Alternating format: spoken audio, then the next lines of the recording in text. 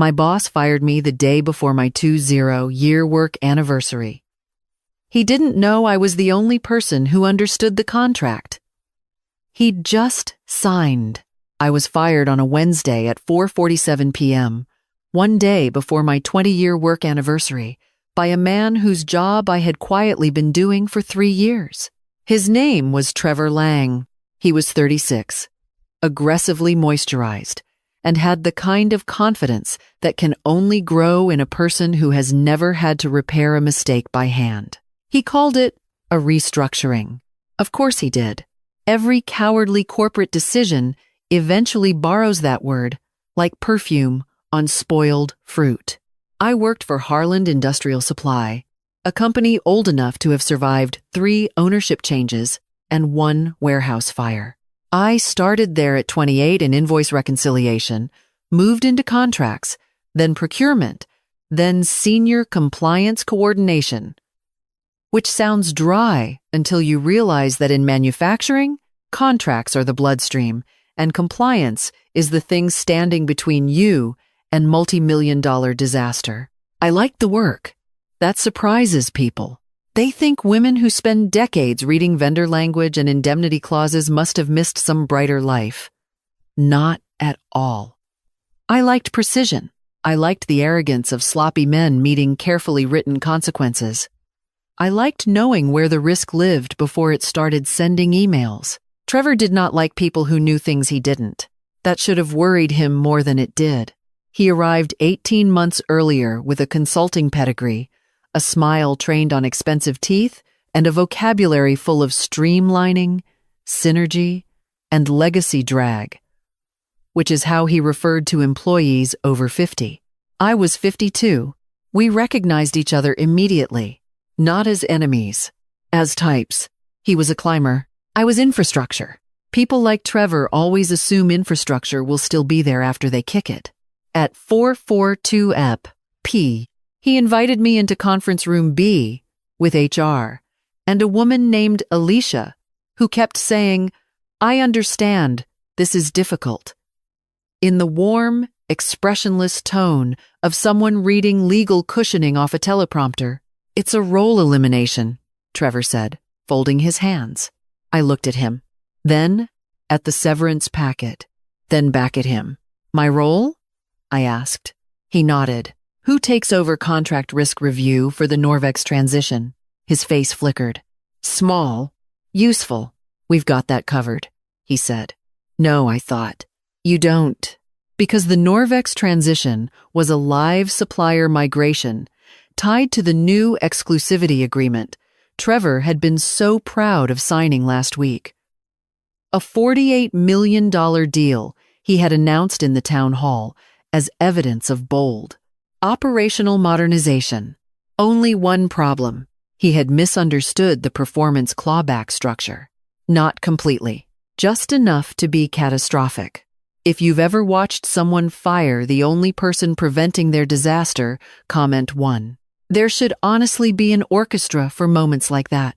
I signed nothing in the room except acknowledgement of receipt. Also strategic.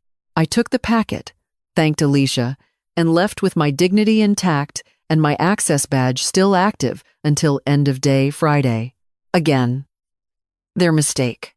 At home, I poured a drink, sat on my back patio, and let the anger settle into sequence. I was not going to beg. I was not going to send a long, emotional email about loyalty and service and institutional memory. Those emails are read once, screenshotted twice, and forgotten by Monday. No, I was going to let the contract speak. The Norvex agreement had come to me in draft form 6 weeks earlier. Trevor had bypassed my revision notes twice, accepted only the cosmetic edits, and ultimately signed a version that shifted remedy timing in a way he clearly did not understand.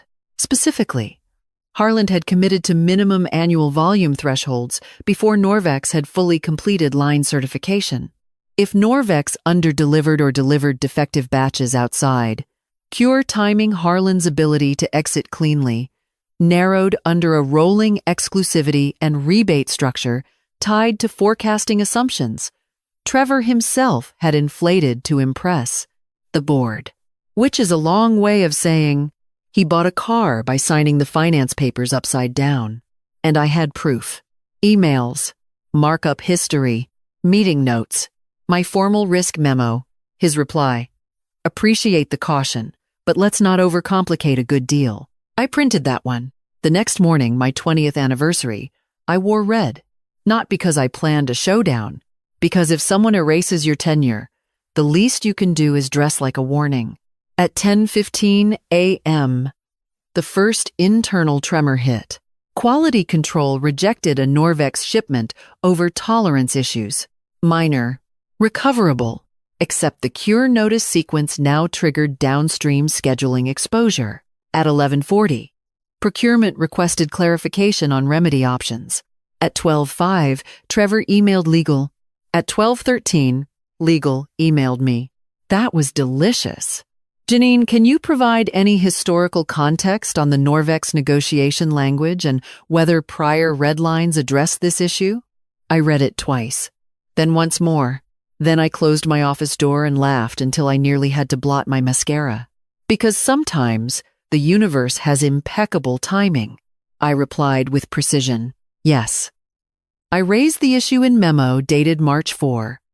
Annotated red line versions dated March 6 and March 11, and meeting notes from March 14. Happy to discuss. Given my current employment status, please direct any follow-up through HR or outside counsel as appropriate. Professional, factual, deadly. By 1 p.m., Alicia from HR was at my desk. Could Trevor speak with you for a few minutes? Is my role still eliminated? Right. She blinked. Yes, but then I think any discussion should include legal. Her face did something I enjoyed. Conference room A this time. Bigger room. More glass. More panic. Trevor was there, along with General Counsel, Martin Feld, who had the exhausted eyes of a man suddenly learning his week had changed species. Martin got straight to it. You flagged issues in this agreement? Yes. Isnother you have documentation? And yes. Extensive? Die. So, Trevor jumped in. Let's not dramatize. Martin held up a hand without looking at him. That was the exact moment I knew Trevor's week was going to become educational. I laid out the memo chain, the markup history, the forecasting warning, the cure period issue, the exclusivity risk, the board presentation language that overstated operational readiness. No flourish. No revenge speech. Just paper. Trevor tried 3 defenses in under 6 minutes. 1. I had been overly cautious historically. 2. The quality issue might still prove immaterial. 3. I should have escalated more aggressively if I believed the risk was material. That last one annoyed me enough to improve my concentration. I did escalate, I said. You ignored it. Martin asked, do you still have the original markups? I slid them over. If you're still reading, comment 1. There is no perfume quite like a man discovering his own email chain in front of counsel. By 3:30 p.m., the role elimination was under review. By 5, Trevor had been placed on administrative leave pending contract process investigation. And by Friday morning, the day my badge was supposed to stop working, I was in Martin Feld's office being offered a retention package, retroactive title adjustment, and direct reporting line to legal and board risk oversight. I should tell you I accepted instantly. I did not, because self-respect delayed is still self-respect if eventually invoiced correctly. I asked for backdated compensation adjustment, guaranteed staffing under me, formal authority over contract risk sign-off, written non-retaliation language, and Trevor's termination not being framed as my request because I wanted governance, not gossip. Martin agreed to almost all of it. He did not agree cheerfully, but cheer is not required in competent negotiation. Trevor was gone by Monday. Officially, process failures and leadership misalignment. Unofficially, He fired the wrong woman while sitting on a live grenade. I moved into the new office 3 weeks later. Bigger window, better chair. Same work, only now no one called my caution legacy drag and plighted.